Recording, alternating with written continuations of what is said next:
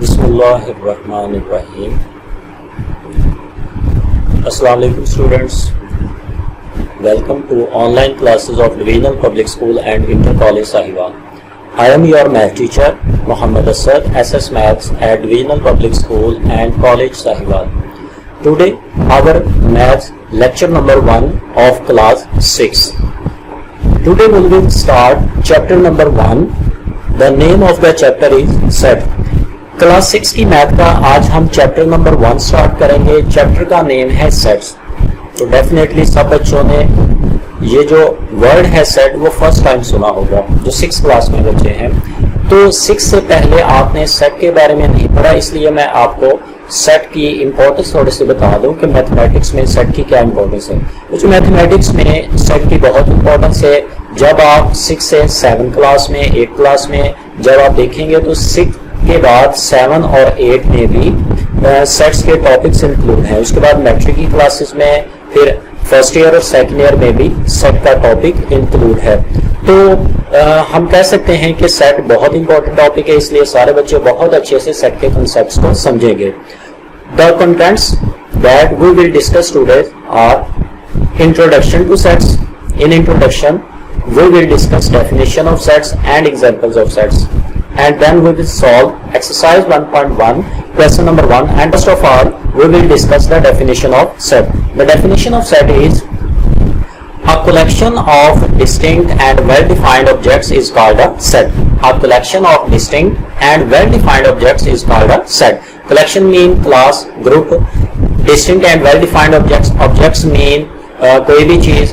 तो ऑब्जेक्ट्स, अब अगर आप एक सेकंड के लिए इसमें से वर्ड डिस्टिंक्ट और वेल डिफाइंड को अगर स्किप कर दें तो देन ये डेफिनेशन बनेगी a collection of objects is called a set. Mean के ऑब्जेक्ट्स की जो कलेक्शन है, मुख्तलिफ ऑब्जेक्ट्स का जो ग्रुप है, जो कलेक्शन है, that is called set. But वो जो ऑब्जेक्ट्स हैं जो सेट में होंगे वो objects should be distinct and well defined. Mean के जो ऑब्जेक्ट्स हैं उनके लिए 2 कंडीशन है। अगर ऑब्जेक्ट्स 2 कंडीशंस को सेटिस्फाई करें देन वो ऑब्जेक्ट्स मिलकर सेट बनाएंगे। 2 कंडीशंस क्या है? That conditions will be distinct and well defined. तो हम नेक्स्ट डिस्टिंक्ट और वेल डिफाइंड को पढ़ते हैं। अभी एग्जांपल्स हैं। For example a set of chairs at home, जैसे आपके घर में चेयर्स हैं, चेयर्स का सेट, ठीक है, चेयर्स का जो ग्रुप है या सेट है, जो कलेक्शन है, that is a set. And a set of fruits या फ्रूट्स का सेट, जैसे ये पिक्चर है। नेक्स्ट सेकंड एग्जांपल है, जैसे ये फर्स्ट इसमें है set of mathematical forms and this is a set of numbers. So set की डेफिनेशन में जो की पॉइंट है that is well defined. Distinct तो इतना टफ नहीं है, ये इजिली समझ आ जाएगा। वेल डिफाइंड, जिस बच्चे को वर्ड वेल डिफाइंड की समझ आ जाएगी उसको सेट की समझ आ जाएगी। और देन अगर किसी बच्चे को सेट की समझ आ जाती है देन फिर वो एक्सरसाइज 1.1 और नेक्स्ट क्वेश्चन उसको बहुत इजी लगेंगे और नेक्स्ट क्वेश्चंस वो सेट से रिलेटेड जो भी प्रॉब्लम है वो इजीली सॉल्व कर सकता है। तो first of all we will discuss what is mean by well defined objects. Well defined definition, well defined means a specific property of an object that enables it to be an element of set or not. Well defined किसी भी object की एक property है जिसकी वजह से हम ये कह सकें, जिस प्रॉपर्टी की वजह से हम ये डिसाइड कर सकें या ये कह सकें कि ये ऑब्जेक्ट सेट का एलिमेंट है, सेट का मेंबर है या सेट का मेंबर नहीं है। There are 3 rules for selecting a well defined object. एक ऑब्जेक्ट को सिलेक्ट करने के लिए 3 रूल्स हैं। What are 3 rules? Rule number 1, well defined object is that which is acceptable for everyone. No one can reject it. Well defined object बच्चे वो होता है जो सबके लिए एक्सेप्टेबल हो, कोई एक आदमी भी उसको रिजेक्ट ना कर सके, सबके लिए काबिल कबूल हो। Second rule is if there is no confusion or difficulty for us to tell that whether a specific object belongs to a set or not, then object will be well defined. अगर एक object है वो object set का member है या set का member नहीं है, ये पता चलाने में आपको किसी किस्म की कोई कंफ्यूजन, आपको किसी किस्म की कोई डिफिकल्टी नहीं है, तो then that object will be well defined.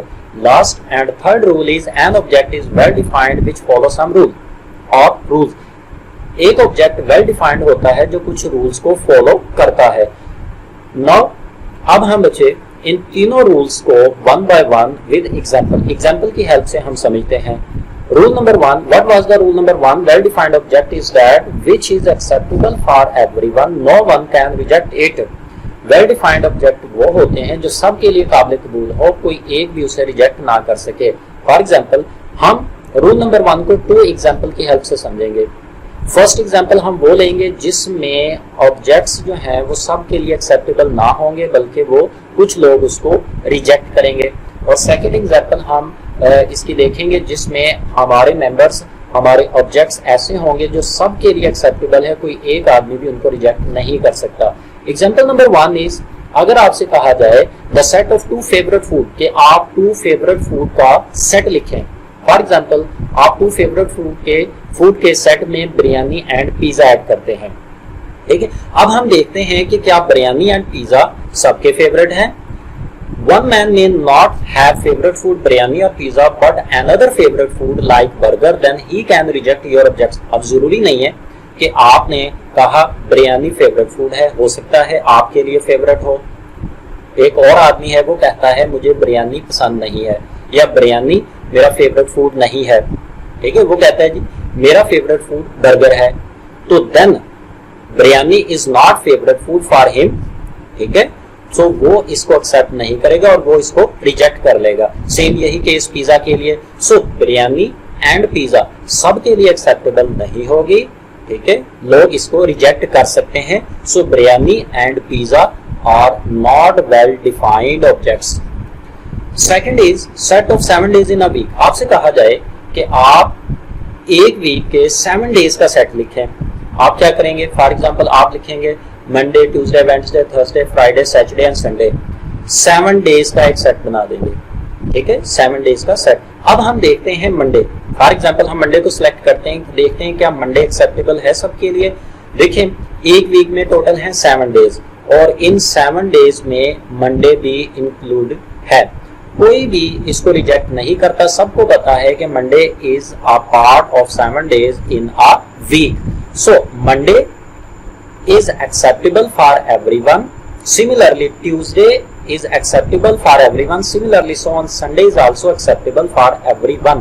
In 7 element 7 members में से कोई एक भी ऑब्जेक्ट ऐसा नहीं है जिसको एक शख्स भी रिजेक्ट कर सके। ये 7 के 7 ऑब्जेक्ट्स सब लोगों के लिए एक्सेप्टेबल है। So these are well defined. Now second rule, rule number 2।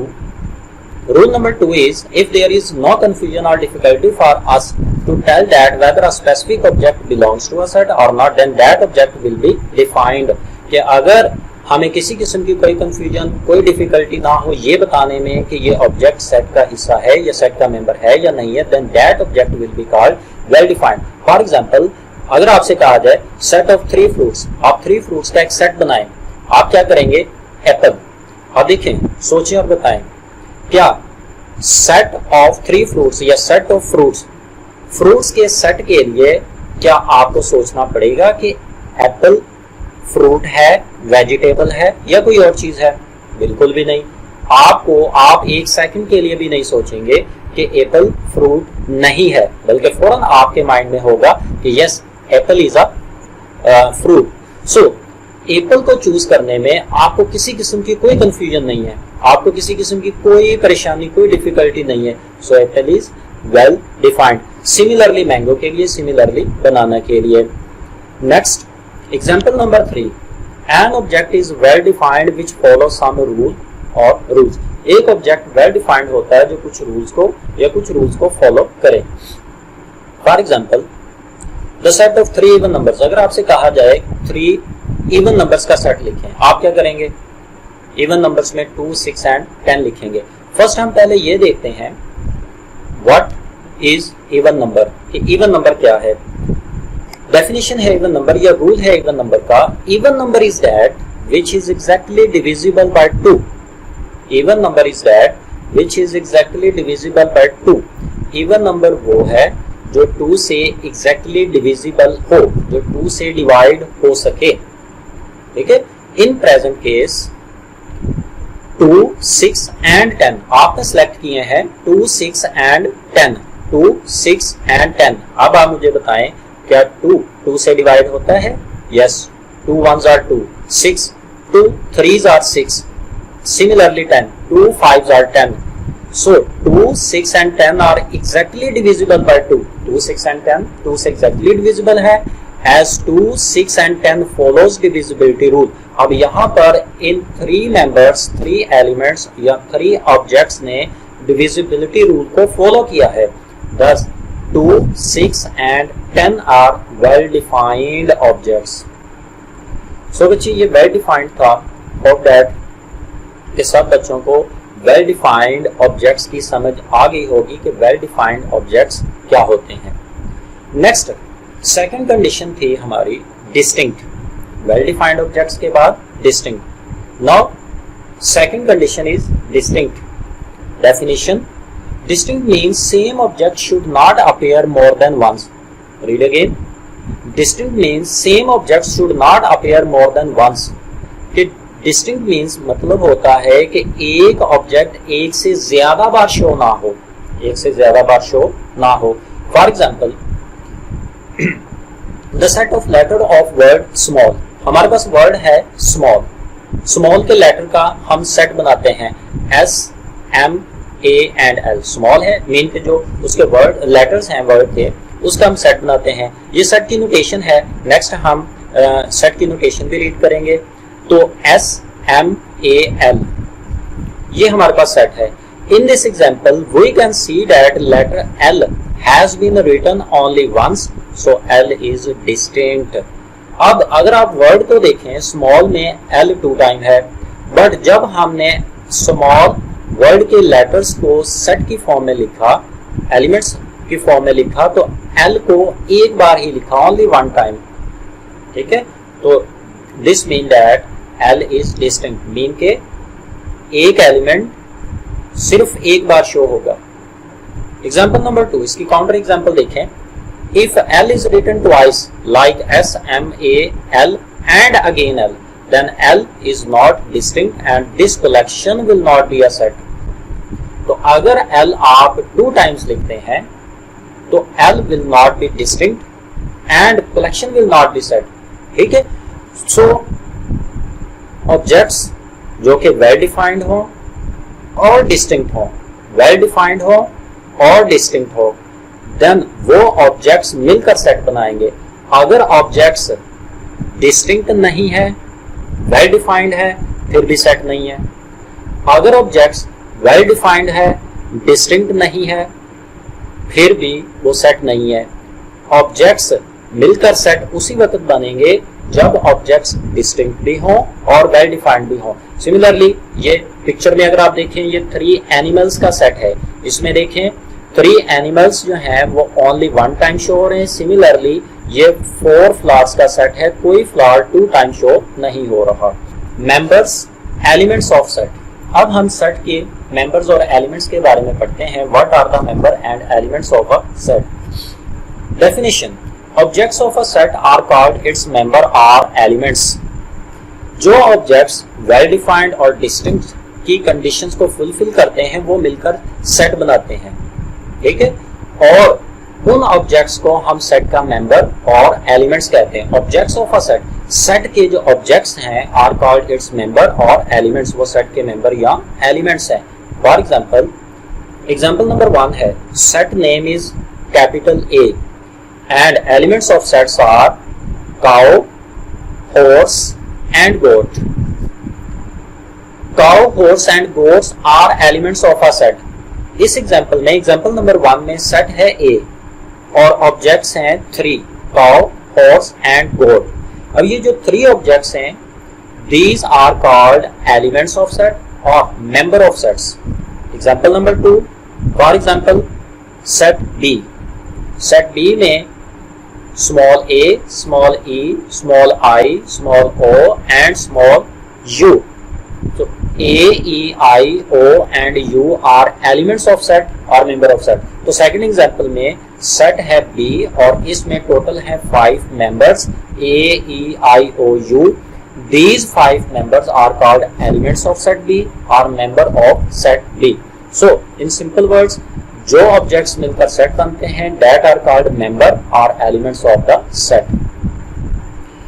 तो अब हम सेट की नोटेशंस के एक सेट को कैसे लिखेंगे, सेट के एलिमेंट्स को कैसे लिखेंगे। A set is represented by a capital letter A, B, C, so on, Z of English alphabets। बच्चे आपने हमेशा सेट का जो नेम है वो कैपिटल लेटर्स में लिखना है, capital letters of English alphabets.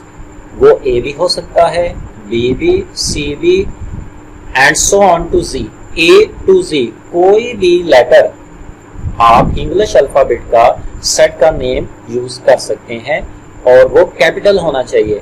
And its members और elements if in English alphabets then in small letters are written within the brackets separated by comma।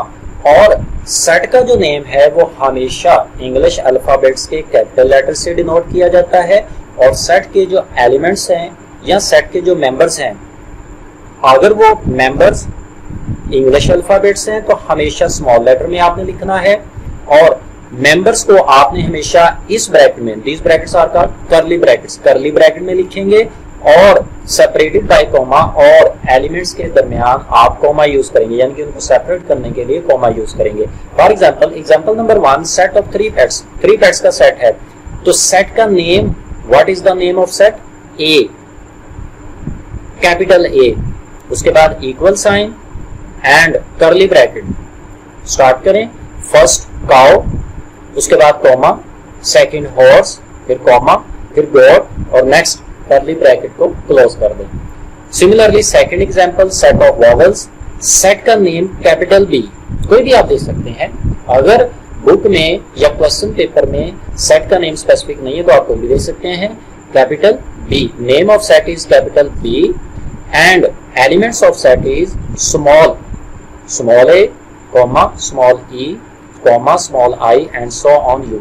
अगर कोई बच्चा सेट के एलिमेंट्स को कैपिटल में लिखता है, कैपिटल एबीसी में, तो वो गलत होगा, रॉन्ग क्वेश्चन होगा। Symbolically we can write member of a set as, तो सिंबॉलिकली हम ऐसे लिखेंगे। फॉर एग्जांपल आप देखें, काउ सेट ए का मेंबर है, सिंबॉलिकली हम कैसे पढ़ेंगे? काउ, उसके बाद ये साइन यूज करेंगे, this sign is called element of a set. Read कैसे करेंगे? एलिमेंट ऑफ अ सेट, पहले एलिमेंट्स का नेम लिखेंगे, name of element, for example cow, horse, goat, जो भी एलिमेंट है, उसके बाद बिलोंग्स टू, साइन है ये बिलोंग्स टू, उसके बाद सेट का नेम लिखेंगे, for example A, as cow is an element of set A. Similarly अब फॉर एग्जांपल एक मेंबर, एक ऑब्जेक्ट सेट का एलिमेंट नहीं है, सेट में नहीं है, तो उसको कैसे शो करेंगे? फॉर एग्जांपल जैसे ट्री है, सेट ए में ट्री नहीं है, तो देन हम क्या करेंगे? Tree does not belong to, this is the sign of does not belongs to, उसके बाद उस सेट को लिखेंगे, read as tree is not an element of set A. Do you know the symbol is a Greek letter which is used to tell that an object is an element of set, belongs to a set, is a member of set। तो ये symbol जो है this is a Greek letter और इसका मतलब है is an element of a set, belongs to a set, is a member of a set। Similarly this is also a Greek letter and its meaning is not an element of a set, does not belongs to a set and is not a member of a set। Some important sets, तो ये कुछ important sets हैं, आपने इनको बहुत अच्छे से याद कर लेना है। नेक्स्ट एक्सरसाइज 1.1, 1.2 तमाम एक्सरसाइजेज में और हर क्लासेस में ये सेट्स यूज होंगे। First of all n, capital N is equal to set of natural number। Capital N denotes the set of natural number। What are natural numbers? Natural number started from 1, 2, 3 और natural number 1 से start होते हैं और ये कहीं भी खत्म नहीं होते। जब एक सेट स्टार्ट हो बट कहीं भी उसका एंडिंग पॉइंट ना हो तो हम उसको शो करने के लिए 3 डॉट्स यूज करते हैं, dot 1, 2 and dot number 3।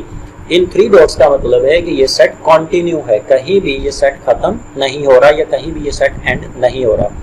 Second is E, capital E, set of even numbers. What are even numbers? 2, 4, 6 and so on. बच्चे even numbers are the number which are exactly divisible by 2. जो number 2 से divide हो सकते हैं वो even number है. For example इसमें देखें 2 से डिवाइड हो सकता है, so even number. 4 is also even number. 6 is also even number. Next 8, 10, 12 and so on. Next, odd, set of odd number. What are odd numbers? The number that are not exactly divisible by 2. जो number 2 से divide ना हो सके, that are called odd numbers. For example 1 2 से divide नहीं हो सकता, so odd number. 3 2 से डिवाइड नहीं हो सकता, so odd number. Similarly 5, 7, 9 and so on. Next, W is equal to set of whole numbers. Whole numbers, whole number और natural number में डिफरेंस ये है, नेचुरल नंबर में जीरो इंक्लूड नहीं है. नेचुरल नंबर में जीरो नहीं होता, होल नंबर में जीरो होता है. नेचुरल नंबर स्टार्ट होता है 1 से और होल नंबर स्टार्ट होता है 0 से. 0 के बाद again similarly 1, 2, 3 and so on. Next, P is equal to set of prime number. What are prime number? Prime number is that, prime number वो नंबर होता है that is exactly divisible by 1 and itself, यानी कि ऐसा number जिसको सिर्फ 1 divide कर सके और वो बजाते खुद इटसेल्फ खुद अपने आप को डिवाइड कर सके, कोई और नंबर उसको डिवाइड ना कर सके, that is called prime number. For example 2 है, 2 को 1 डिवाइड कर सकता है और 2 no other number can divide it. Similarly 3, similarly 5, similarly next 7 को सिर्फ 1 डिवाइड कर सकता है और 7 इसके अलावा कोई नंबर डिवाइड नहीं कर सकता, सो 7 is also prime number and so on. तो ये तमाम जो सेट्स हैं, ये सेट्स सब बच्चों ने इनकी टेबुलर फॉर्म, ये जो नंबर वाली फॉर्म है, सब बच्चों ने इसके अच्छे से रीड आउट कर लेनी है और याद कर लेनी है. ये नेक्स्ट आपको इस्तेमाल होगी. Students, now will start exercise number 1.1. Question number 1, which of the following statement is a set और नॉट. स्टेटमेंट्स गिवन है, इनमें से आपने बताना है कौन सी स्टेटमेंट सेट है, कौन सी स्टेटमेंट सेट नहीं है. There are different columns. Column number 1 question number को शो करेगा. कॉलम नंबर 2 सेट की स्टेटमेंट. कॉलम नंबर 3 इसमें हम बताएंगे कि सेट है या सेट नहीं है, not a set. And last column में हम रीजन भी बताएंगे कि क्यों सेट नहीं है.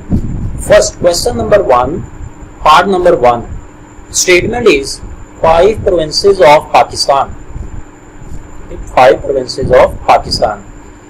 अब देखें कि 5 provinces of Pakistan, उसके लिए हम ऐसा करते हैं, हम खुद से पहले इस सेट्स को टेबुलर फॉर्म में मीन के 5 provinces of Pakistan के लिख लेते हैं.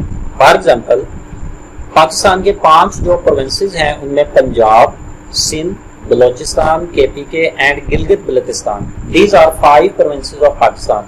तो सबसे पहले आपको पता होना चाहिए कि पाकिस्तान के टोटल कितने प्रोविंसेस हैं, मीन सूबे हैं, और फिर उन प्रोविंसेस के नेम क्या है ये आपको आने चाहिए.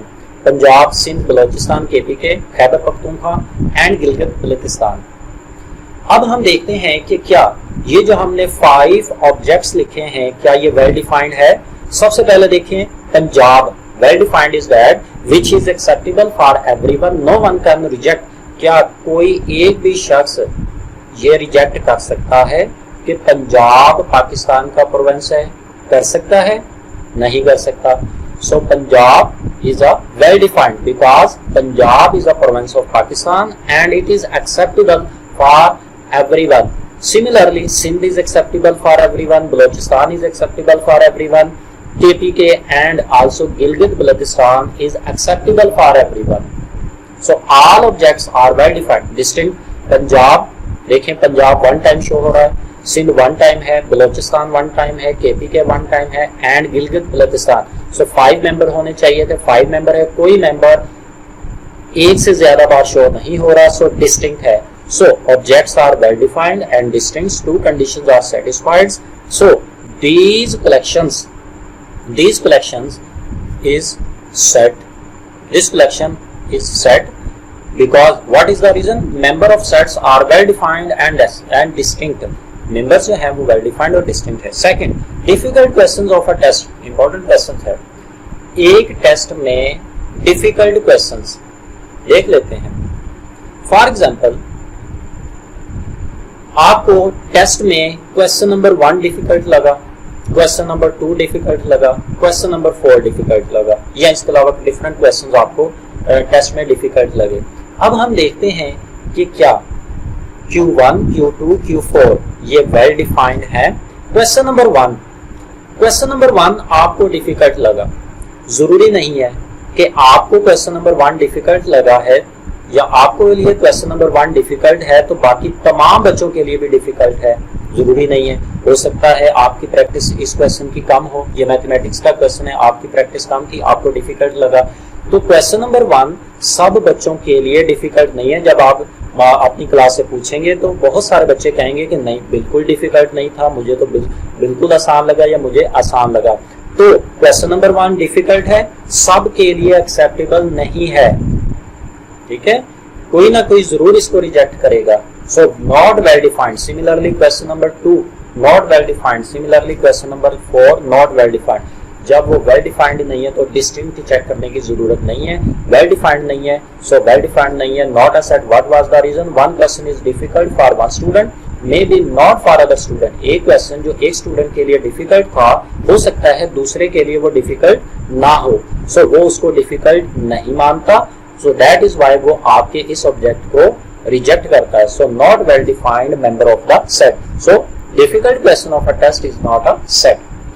Third part is geometrical instruments. Geometrical instruments क्या होते हैं, पहले वो आपको पता होने चाहिए, ये आपने याद करने हैं।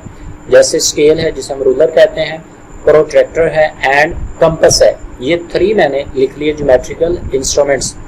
अब हम देखते हैं ज्योमेट्रिकल इंस्ट्रूमेंट्स। चूंकि स्टेटमेंट ने ज्योमेट्रिकल इंस्ट्रूमेंट्स की काउंटिंग नहीं बताई, टोटल तादाद नहीं बताई कि आपने कितने लिखने हैं। जैसे फर्स्ट पार्ट में थे कि 5 प्रोविंसेस, तो हमने एग्जैक्टली 5 लिखे। अब चूंकि ओनली लिखा है ज्योमेट्रिकल इंस्ट्रूमेंट्स, तो आप मोर देन 1 लिख लें, रूलर, प्रोट्रैक्टर एंड कंपास। अब हम देखते हैं कि हमारे ऑब्जेक्ट्स वेल डिफाइंड हैं या वेल डिफाइंड नहीं है। रूलर, क्या रूलर सब मानते हैं कि रूलर ज्योमेट्रिकल इंस्ट्रूमेंट है? बिल्कुल सब मानते हैं। कोई एक आदमी भी ये बात आपकी रिजेक्ट नहीं करेगा कि रूलर ज्योमेट्रिकल इंस्ट्रूमेंट नहीं है। बिल्कुल रूलर ज्योमेट्रिकल इंस्ट्रूमेंट है, मैथ में लाइंस वगैरह ड्रा करने के लिए, ये मेजरमेंट करने में यूज होता है। Similarly protractor, similarly compass. So set है, ये स्टेटमेंट सेट है। Why? Because member of sets are well defined and distinct. Part number 8 is natural number less than 50। Natural number, वो देखिए अभी हमने पढ़ा था ये natural number. What was the natural number? अब लेस देन 50, स्टार्टिंग पॉइंट नहीं बताया तो हम 1 से स्टार्ट करेंगे। 1 2 3 सो ऑन। बहुत ज्यादा है, हम 3 एलिमेंट्स लिखे सो ऑन, फिर कॉमा यूज करेंगे और उसके बाद कॉमा यूज करने के बाद हम सबसे लास्ट एलिमेंट, अब स्टेटमेंट में है लेस देन 50, 50 इंक्लूड नहीं है, तो 50 से लेस नंबर इज 49 लिखेंगे। Yes, it is a set because member of sets are well defined and distinct. Next, remaining parts, the sharp boys of a school. एक school के sharp boys, mean के चालाक बच्चे। फॉर एग्जाम्पल, आपसे कहा गया कि एक स्कूल के शार्प बॉयज, आप अपने स्कूल के शार्प बॉयज का बताएं। फॉर एग्जाम्पल, आपने 3 नेम लिए, अली, अदनान एंड बाबर। अली, अदनान एंड बाबर। अब हम देखते हैं कि क्या ये ऑब्जेक्ट्स वेल डिफाइंड हैं, देख लेते हैं। फॉर एग्जाम्पल, अली है।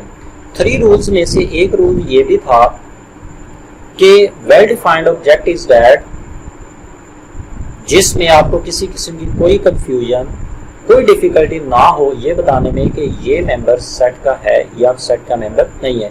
फॉर एग्जाम्पल, पहले आप जब अली की सिलेक्शन करेंगे कि अली शार्प बॉय है, आपको कंफ्यूजन भी होगी इसकी सिलेक्शन में और डिफिकल्टी भी होगी।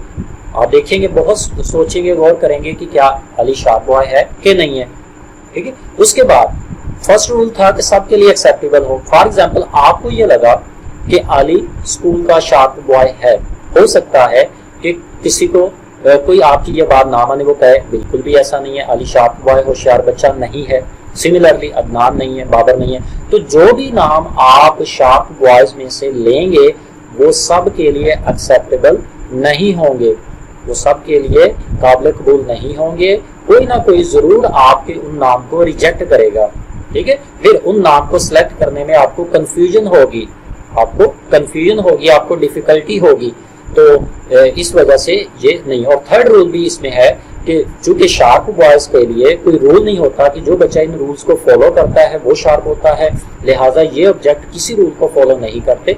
सो नॉट वेल डिफाइंड, सो ये statement not a set, member well defined नहीं है। सिमिलरली अगर आ जाए नॉटी बॉयज, इंटेलिजेंट बॉयज, वो भी सेम यही क्वेश्चन इसी तरह के होंगे वो भी।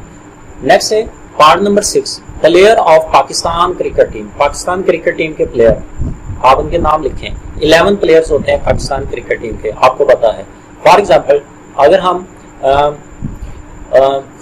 अगर हम आज पाकिस्तान की क्रिकेट टीम की बात करें तो उसमें जो मेंबर्स हैं उसमें Babar Azam, Sarfaraz Ahmed, Mohammad Hafeez and so on. आप टोटल इसके 11 नेम्स लिखेंगे। अब हम देखते हैं कि क्या ये हमने जो ऑब्जेक्ट्स लिए हैं ये वेल डिफाइंड है।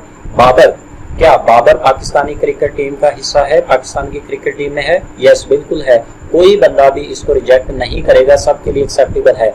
सिमिलरली सरफराज सबके लिए एक्सेप्टेबल है, हफीज सबके लिए एक्सेप्टेबल है। सिमिलरली 11 के 11 ऑब्जेक्ट्स आर वेल डिफाइंड और टोटल 11 है।